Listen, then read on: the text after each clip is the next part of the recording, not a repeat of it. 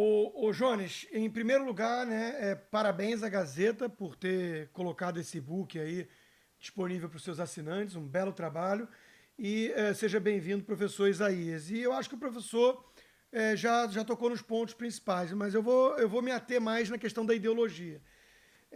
Porque, veja só, né, é uma pergunta muito importante que muita gente se faz. Né? Eu lembro do meu primeiro texto escrito, que foi publicado no Mídia Sem Máscara à época, chamava-se Terror Vermelho, que era uma resenha do tijolão que eu tenho aqui em mãos, o livro negro do comunismo. Né? O Alain Besançon, aliás, o livro negro é escrito por vários autores franceses. O Alain Besançon tem uma vergonha, né? Uma vergonha esse livro não está mais divulgado. A Infelicidade do Século, né, do Alain Besançon, também é um livrinho aí bem mais curtinho, mas que tenta também responder. O ópio do intelectual, o ópio dos intelectuais do Raymond Aron, Jean-François Revel tem livros sobre isso e vários outros. Né? Porque o que acontece? O comunismo, Jones, é o grande crime dos intelectuais. Assim, eu não vou conseguir resumir tudo, né? Mas assim, de forma muito sucinta, o intelectual ele não é um cara desprovido de inteligência.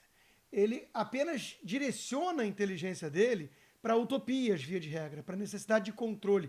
Ele enxerga a sociedade como uma espécie de tabuleiro. Ele se coloca sempre do lado daquele que vai moldar a argila, como diz até o documentário da Petra Costa, em referência ao Lula, né?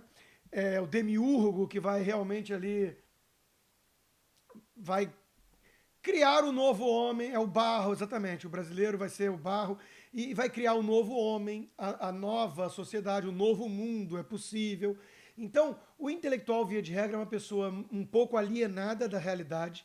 Né? Ele é um cara que olha em volta as imperfeições, as injustiças, as desigualdades, e isso afeta ele com alguma sensibilidade, eventualmente, e ele vai para uma vibe, né, para uma grande viagem totalitária, onde ele se coloca no papel de Deus. É quase um complexo de Deus, inclusive, que alguns médicos sofrem. Então, deixa eu terminar meu raciocínio, Jones.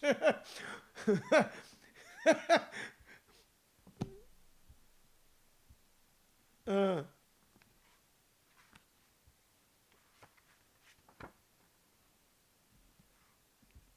é isso, escultor cujo material é argila humana. Essa é a frase exata.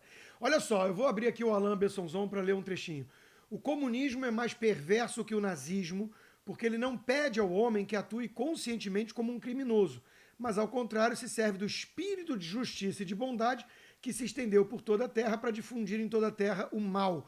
Cada experiência comunista é recomeçada na inocência. Eu tenho duas eventuais críticas a essa passagem. Primeiro, os nacional-socialistas de Hitler também achavam que estavam, de alguma forma, criando um mundo melhor. Né? Então eu tenho dúvidas se eles se viam como o que eles eram, monstros amorais, assassinos. E eu também tenho dúvidas se hoje em dia, depois de cento e tantas experiências, mais de um século, né, de desgraça, se é possível ainda se alegar ignorância e achar que o cara vira comunista por bondade.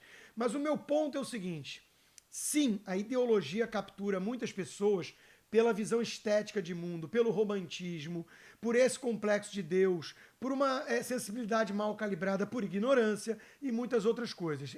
Sede de poder. Né? É por isso que eles repetem essas coisas, deturparam Marx. Cada nova experiência mal sucedida eles transformam em culpa da direita. A Venezuela já é um regime de militares, segundo os jornais, né, no Brasil. E é de direita, segundo ministros do Supremo. Né? Porque tem militares no poder. Então veja o grau de estupidez até. Então, assim, eles tentam, para dar um exemplo muito claro em relação ao grande experimento que foi a União Soviética, né? Eles tentam passar pano para o Lenin e para o Trotsky, que foi perseguido por Stalin, morreu, né, e não teve como colocar em prática as suas psicopatias também. Né? Mas era outro psicopata igual aos companheiros.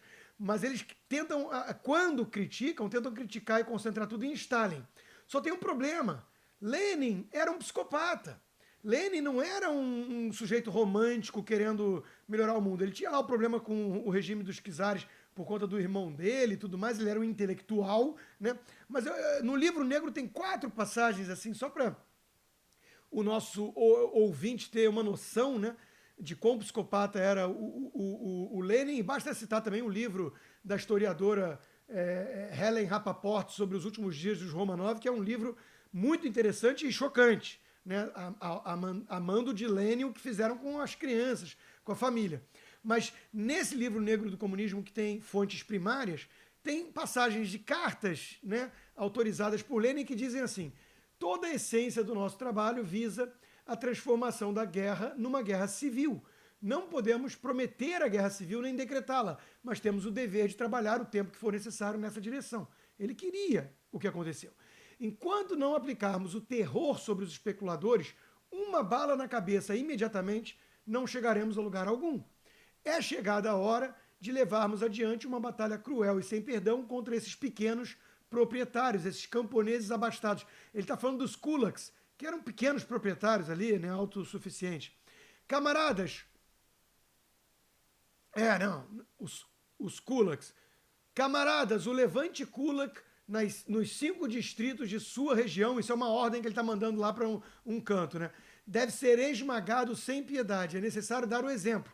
Enforcar, e digo enforcar de modo que todos possam ver, não menos que 100 kulaks. Assim, isso é uma palhinha, né? Uma pequena amostra. Agora, esse sujeito é vendido como o romântico, e aí aquela revolução foi deturpada, foi desviada. É a mesma coisa que fazem hoje. O ódio do bem, ele é justificado porque ele é contra as injustiças do mundo, a ameaça fascista e tudo mais. Então o sujeito pode botar roupa mascarada, preta, se mascarar, pegar arma branca, incendiar universidade para impedir a palestra de um sujeito moderado como um Ben Shapiro, e fazer tudo isso em nome da liberdade e da tolerância e da democracia, porque eles se consideram os antifas, né? Eles são os antifascistas. Então, respondendo a pergunta, Jones, é porque é o crime dos intelectuais e que precisa ser rejuvenescido a cada nova experiência fracassada. Eles precisam sempre fingir que o passado não existiu, e aqueles que esquecem o passado, ignoram o passado, estão sempre condenados a repeti-lo.